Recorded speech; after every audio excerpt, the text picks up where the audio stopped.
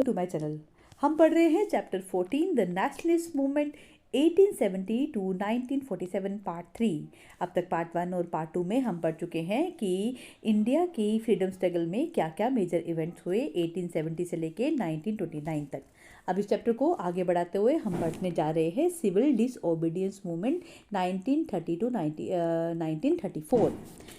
Civil disobedience कहते हैं जब किसी देश के लोग अपनी गवर्नमेंट के द्वारा बनाए गए लॉज को फॉलो करना मना कर दे, डिसओबे कर दे, that is called civil disobedience. ठीक है, अब शुरू करते हैं चैप्टर। सॉल्ट सबकी बेसिक रिक्वायरमेंट है। ब्रिटिश गवर्नमेंट ने अपनी मोनोपोली बना के रखी थी सॉल्ट की प्रोडक्शन पे और एक कानून पास कर दिया कि कोई भी इंडियन नमक अपनी कंट्री में मैन्युफैक्चर नहीं कर पाएगा, ताकि ब्रिटिश जो है वो अपनी लिवरपूल कंपनी द्वारा जो कि इंग्लैंड में थी बनाए गए नमक को हाई रेट्स पे इंडिया में बेच सके और उस कंपनी को किसी का कंपटीशन भी फेस ना करना पड़े। इसके विरोध में गांधी जी ने एक मार्च आयोजित किया जिसे कहते हैं डांडी मार्च। ये मार्च जो है 1930 12 मार्च को लॉन्च किया गया, शुरू हुआ और ये साबरमती आश्रम से डांडी तक था। साबरमती आश्रम से लेके डांडी तक की यात्रा गांधी जी ने पैदल मार्च करके की थी। ये डिस्टेंस लगभग 400 किलोमीटर्स का था। ठीक है, और गांधी जी ने इसमें अपने साथ 78 सपोर्टर्स भी ले लिए और उन्होंने फाइनली डांडी जाके नमक बनाया और ये नमक कानून तोड़ दिया। ठीक है, इसके बाद क्या हुआ, जो सॉल्ट सत्याग्रह था ये ब्रिटिशर्स के लिए एक ओपन चैलेंज बन गया और जो सिविल डिसओबीडियंस था वो पूरे देश में फैल गया। ये हमारे देश का सेकंड मास मूवमेंट बन गया। ठीक है, स्कूल्स, कॉलेजेस, कोर्ट्स सबको बायकॉट कर दिया गया, फॉरेन गुड्स को जला दिया गया, किसानों ने भी टैक्स देना मना कर दिया और जो शॉप्स फॉरेन के सामान बेच रही थी उनके सामान को आग लगा दी गई। ये जो मूवमेंट है ये नॉर्थ वेस्ट फ्रंटियर प्रोविंस में अब्दुल जफ़र खान द्वारा लीड किया जा रहा था, इसलिए उनको कहा जाता था फ्रंटियर गांधी। ठीक है, आपने ये याद रखना है कि अगर आपसे पूछा जाए who was popularly known as Frontier Gandhi, you will say Abdul Zafar Khan. ये पिक्चर भी दी गई है अब्दुल जफ़र खान की। ठीक है, और हमेशा की तरह ब्रिटिशर्स ने एक बार फिर कोशिश की कि इस मूवमेंट को रिप्रेस कर दिया जाए, दबा दिया जाए और उन्होंने बहुत वायलेंट तरीके भी अपना लिए। Thousands of protesters were arrested और गांधी जी को, पंडित जवाहरलाल नेहरू को भी उनके साथ ही अरेस्ट कर लिया गया। परंतु इस मूवमेंट की वजह से लोगों में एक स्ट्रॉन्ग फीलिंग पैदा होगी देशभक्ति की। पूरे देश में देशभक्ति की लहर दौड़ पड़ी, लोगों को एक फीलिंग आ गई एक यूनाइटेड कंट्री की। ठीक है, और उसके बाद क्या हुआ कि 1930 से लेके और 1931 में 2 राउंड टेबल कॉन्फ्रेंसेस हुए, पर इन कॉन्फ्रेंसेस में ब्रिटिशर्स ने हमारी कोई प्रॉब्लम सॉल्व नहीं की। ब्रिटिशर्स ने रिफ्यूज़ कर दिया इंडिया को डोमिनियन स्टेटस देने के लिए। गांधी जी ने इसलिए अपना जो सिविल डिसओबीडियंस मूवमेंट था वो रीअज्यूम कर लिया, वापस स्टार्ट कर दिया, परंतु इस मूवमेंट को 1934 में फिर विड्रॉ करना पड़ा। ठीक है, तो उसके बाद क्या हुआ कि इसके साथ साथ कुछ और देश में अलग अलग हिस्सों में रेवोल्यूशनरी मूवमेंट स्टार्ट हो गए। अब हम इनके बारे में पढ़ेंगे कि कौन कौन से मेन क्रांतिकारी मूवमेंट स्टार्ट हो गए थे। इसमें सबसे पहला आता है काकोरी कॉन्स्पिरेसी केस। ठीक है, जो रेडिकल माइंडेड इंडियंस थे वो नॉन कोऑपरेशन मूवमेंट के विड्रॉ होने के बाद बहुत अपसेट हो गए। उन्होंने डिसाइड किया कि वो गवर्नमेंट के कैश को लूटेंगे। एक ट्रेन थी जो कैश लेके जा रही थी, उन्होंने सोचा हम ये कैश लूट के अपने लिए वेपन्स खरीदेंगे जिससे कि ब्रिटिशर्स के साथ लड़ाई करेंगे। और ये जो जितने भी लोग थे जिन्होंने ये प्लान बनाया था उनमें से बहुत सारे अरेस्ट कर दिए गए और एक पार्टी बनाई थी हिंदुस्तान हिंदुस्तानी सोशलिस्ट रिपब्लिकन एसोसिएशन किसने बनाई थी? राम प्रसाद बिस्मिल, जोगेश चटर्जी, चंद्रशेखर आज़ाद, जोगेंद्र शुक्ला, इन्होंने, ठीक है। ये जो काकोरी कॉन्स्पिरेंसी केस था, ये इन्होंने ही, इस इवेंट में मेजर रोल इन्हीं का था, ठीक है। और जो ये काकोरी ट्रेन रॉबरी थी, ये वेल नोन एक्ट था इस ग्रुप का, ब्रेवरी का, ठीक है। इसके अलावा कुछ और रेवोल्यूशनरी मूवमेंट्स भी हुए, जैसे कि जुगांतर पार्टी बनाई गई औरोबिंदो घोष द्वारा। उन्होंने प्लान किया कि हम एक आर्म्ड रिवोल्ट करेंगे ब्रिटिशर्स के खिलाफ फर्स्ट वर्ल्ड वॉर के दौरान। इसके अलावा लाहौर में भगत सिंह, आज़ाद और राजगुरु, इन्होंने पुलिस कमिश्नर सैंडर्स को मार दिया, जो कि लाला लाजपत राय की डेथ के लिए रिस्पॉन्सिबल थे। और इसी दौरान सेंट्रल लेजिस्लेटिव असेंबली में एक बम फेंका गया। ये बम किसने फेंका था? भगत सिंह, बटुकेश्वर दत्त द्वारा। भगत सिंह, सुखदेव, राजगुरु, इन सबको हैंग कर दिया गया, इनको फांसी की सज़ा दे दी गई लाहौर में 1931 में। कुछ और क्रांतिकारी ग्रुप भी सामने उभर के आए, जैसे कि मदन लाल डीगरा द्वारा बनाया गया ग्रुप इंडिया हाउस था। गदर पार्टी लाला हरदयाल द्वारा बनाई गई थी। एक बर्लिंग पार्टी थी जो वीरेंद्र नाथ चट्टोपाध्याय द्वारा बनाई गई थी, ठीक है।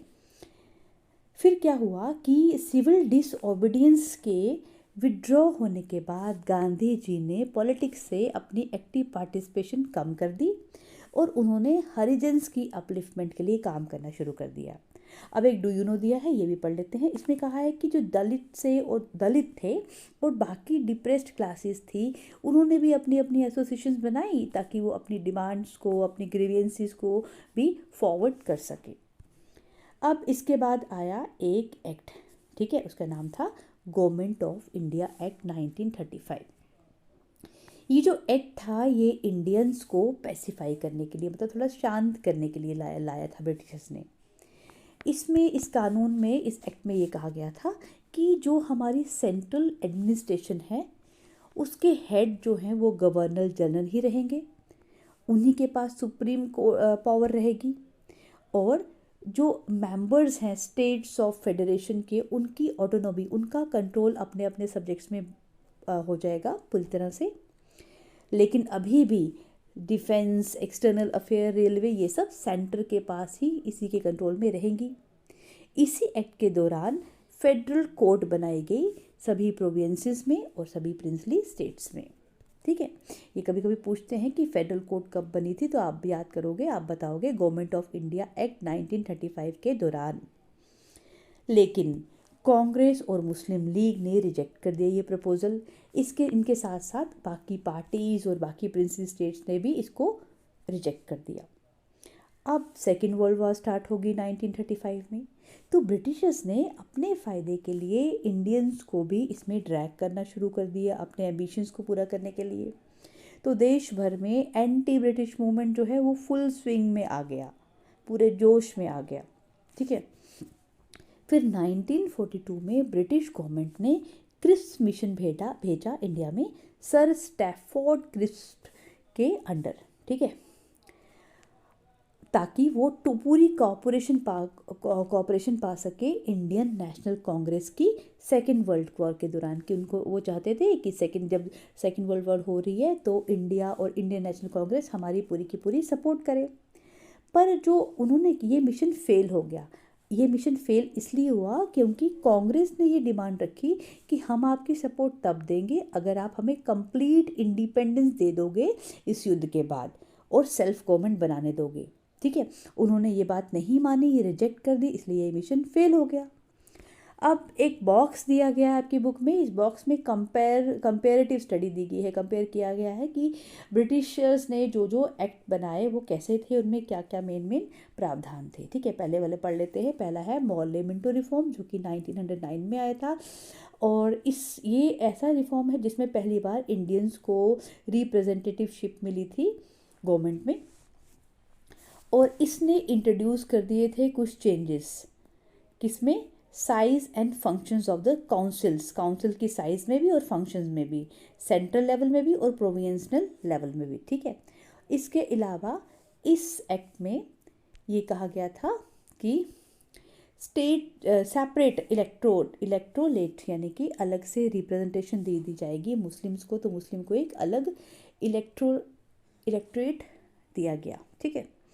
इसके बाद पढ़ते हैं हम मॉन्टेग्यू चेम्सफोर्ड रिफॉर्म। ये 1919 में आ गया था, मतलब इसके 10 ईयर्स बाद ये वाला रिफॉर्म आया। इसमें डायरकी इंट्रोड्यूस की गई थी। डायरकी का मतलब होता है ड्यूल सेट ऑफ गवर्नमेंट, ठीक है। और इसके साथ साथ इसमें the government of India act 1919 made a provision for classification of the centre and provincial subjects, मतलब इसी में सेंटर के सब्जेक्ट्स और प्रोविंसेस के सब्जेक्ट्स को क्लासिफाई कर दिया गया था। और this act made the central legislature bicameral, central legislature को बाय कैमरल भी बना दिया गया था, ठीक है। और इसी एक्ट के द्वारा पब्लिक सर्विस कमीशन भी इंडिया में बनाया गया, ठीक है। अब हम पढ़ते हैं इसका अगला वाला एक्ट। अगला क्या था? The government of India act 1935, ठीक है। इसमें क्या क्या था? इसमें the grant of large measure of autonomy to the provinces of British India, British India के अंदर जो प्रोविंसेस थे उनको ज़्यादा ऑटोनॉमी, मतलब ज़्यादा पावर दे दी गई। एंड डायरकी जो आप इन्होंने इंट्रोड्यूस की थी ना इस एक्ट में, उसको इस एक्ट में फिनिश कर दिया गया, ठीक है। और क्या किया इसमें? गवर्नमेंट ऑफ इंडिया एक्ट के दौरान ही डायरेक्ट इलेक्शंस इंट्रोड्यूस की गई इंडिया में। और membership of the provincial assemblies was altered, इनकी मेंबरशिप को चेंज कर दिया गया ताकि वो शामिल कर सकें जितने भी वो चाहते हैं उतने इलेक्टेड इंडियन रिप्रेजेंटेटिव्स को, ताकि वो अब मेजॉरिटी ले सकें और उनको अपॉइंट कर दिया जा सके गवर्नमेंट में, ठीक है। उसके बाद इसी एक्ट के दौरान फेडरल कोर्ट भी बनाई गई, एस्टेब्लिश की गई, ठीक है। तो ये हो गई तीनों की कंपैरेटिव स्टडी। अब आगे आता है एक बहुत इम्पॉर्टेंट इंडियन हिस्ट्री का movement, this is quit India movement. Quit India movement अर्थात भारत छोड़ो आंदोलन, ठीक है। ये आंदोलन 1942 को स्टार्ट हुआ था। कांग्रेस को बैन कर दिया गया और पुलिस और आर्मी जो थी आंदोलनों को सप्रेस करने के लिए, इन मूवमेंट्स को सप्रेस करने के लिए ब्रूटल बिहेवियर यानी कि बहुत बुरा व्यवहार करने लगी लोगों के साथ। और क्रिप्स मिशन के फेलियर के बाद अब ये ऑब्वियस हो गया था, मतलब लोगों को ये समझ आ गया था कि ब्रिटिश गवर्नमेंट जो है वो इंडिया को फ्रीडम नहीं देगी। गांधी जी को ये डर था कि जापान इंडिया पे अटैक ना कर दे, क्योंकि जापान जो था वो ब्रिटिश का एनिमी था। इसलिए वो चाहते थे, गांधी जी चाहते थे कि ब्रिटिश इंडिया से जल्दी से चले जाए, इंडिया को छोड़ दे। और इसी दौरान फिर गांधी जी ने ब्रिटिशर्स को एक फाइनल ब्लो दिया, एक फाइनल झटका दिया। कब दिया वो? 8 अगस्त 1942 को। कैसे दिया? क्विट इंडिया मूवमेंट लॉन्च करके, भारत छोड़ो आंदोलन लॉन्च करके, ठीक है। क्योंकि अब ये डिसाइड कर चुके थे कि अब हम किसी न किसी तरह से इनको यहाँ से निकाल के ही रहेंगे। तो ये जो मूवमेंट था ये भी एक सिविल डिसओबीडियंस मूवमेंट था। और गांधी जी को और जो जितने भी प्रोमिनेंट कांग्रेस के लीडर्स थे उनको ब्रिटिशर्स ने अरेस्ट कर दिया। और गांधी जी ने इसी दौरान अपना मंत्र दिया, डू और डाई, करो या मरो। ये जो नारा है गांधी जी का, इसी दौरान दिया गया था। इस नारे ने बहुत सारे लोगों को इंस्पायर किया कि अब तो हमें देश के लिए कुछ ना कुछ करना ही है, या तो अपनी जान देनी है या आज़ादी पा के रहना है। ब्रिटिशर्स बहुत परेशान हो गए। उन्होंने पुलिस और आर्मी के ब्रूटल टेरर के द्वारा लोगों को डराने की कोशिश की, उनको सप्रेस करने की कोशिश की, ठीक है। इसी दौरान जब ये मूवमेंट चल रहे थे, हमारे देश के एक बहुत जाने माने और बहुत प्रोमिनेंट लीडर उभर के आए, जो कौन थे? सुभाष चंद्र बोस। सुभाष चंद्र बोस जो है वो इस दौरान के बहुत प्रोमिनेंट लीडर थे। वो तैयार थे कि हम वो चाहते थे कि हम जो ब्रिटिशर्स के एनिमी हैं, जैसे कि जर्मनी है, जापान है, उनके साथ हाथ मिला लें और ताकि वो हमारी सपोर्ट करे ब्रिटिशर्स को इंडिया से बाहर निकालने में। ठीक है, अब आपने ये डायलॉग सुना होगा, you give me blood and I give you freedom. ये स्लोगन था नेताजी सुभाष चंद्र बोस का, तुम मुझे खून दो और मैं तुम्हें आज़ादी दूंगा। वो डिसअपेयर हो गए ब्रिटिश सरकार की डिटेंशन से और अब्रॉड चले गए, मतलब देश के बाहर चले गए, ताकि वो अपने देश के लिए दूसरे देशों से हेल्प ले सके देश की इंडिपेंडेंस के लिए। सुभाष चंद्र बोस को Indian national army hand over कर दी गई थी, जो कि बनाई किसने थी? मोहन सिंह ने। ठीक है, यहाँ पे एक पॉइंट बहुत इंपॉर्टेंट है जो आपको याद करना है, मैं अंडरलाइन करके बता रही हूँ आपको कि जो इंडियन नेशनल आर्मी है वो बनाई थी मोहन सिंह ने, ब्रिटिशर्स के खिलाफ एक अपनी आर्मी बनाई। बाद में ये आर्मी उन्होंने सुभाष चंद्र बोस जी को हैंड ओवर कर दी। ठीक है, और सुभाष चंद्र बोस जी ने इसको रीऑर्गेनाइज किया ताकि वो ब्रिटिशर्स को यहाँ से निकाल सके, भगा सकें। जो इस आर्मी के ऑफिसर्स थे उन्होंने नेशनल फ्लैग हमारा फहराया, बाद में लेकिन इनको अरेस्ट कर लिया गया। ठीक है, ये चित्र दिया है, इस चित्र में बताया है कि एक तरफ सुभाष चंद्र बोस जी हैं और दूसरी तरफ दिखाया है कि किस प्रकार वो अपनी इंडियन नेशनल आर्मी को वो जो है उसको वो इंस्पेक्ट कर रहे हैं। ठीक है, अब टूवर्ड्स इंडिपेंडेंस, इस टॉपिक में बताया है कि सेकेंड वर्ल्ड वॉर जो है वो 1945 को ख़त्म हो गई और प्राइम मिनिस्टर एटिली जो थे वो लेबर पार्टी के, वो ब्रिटेन में पावर में आ गए।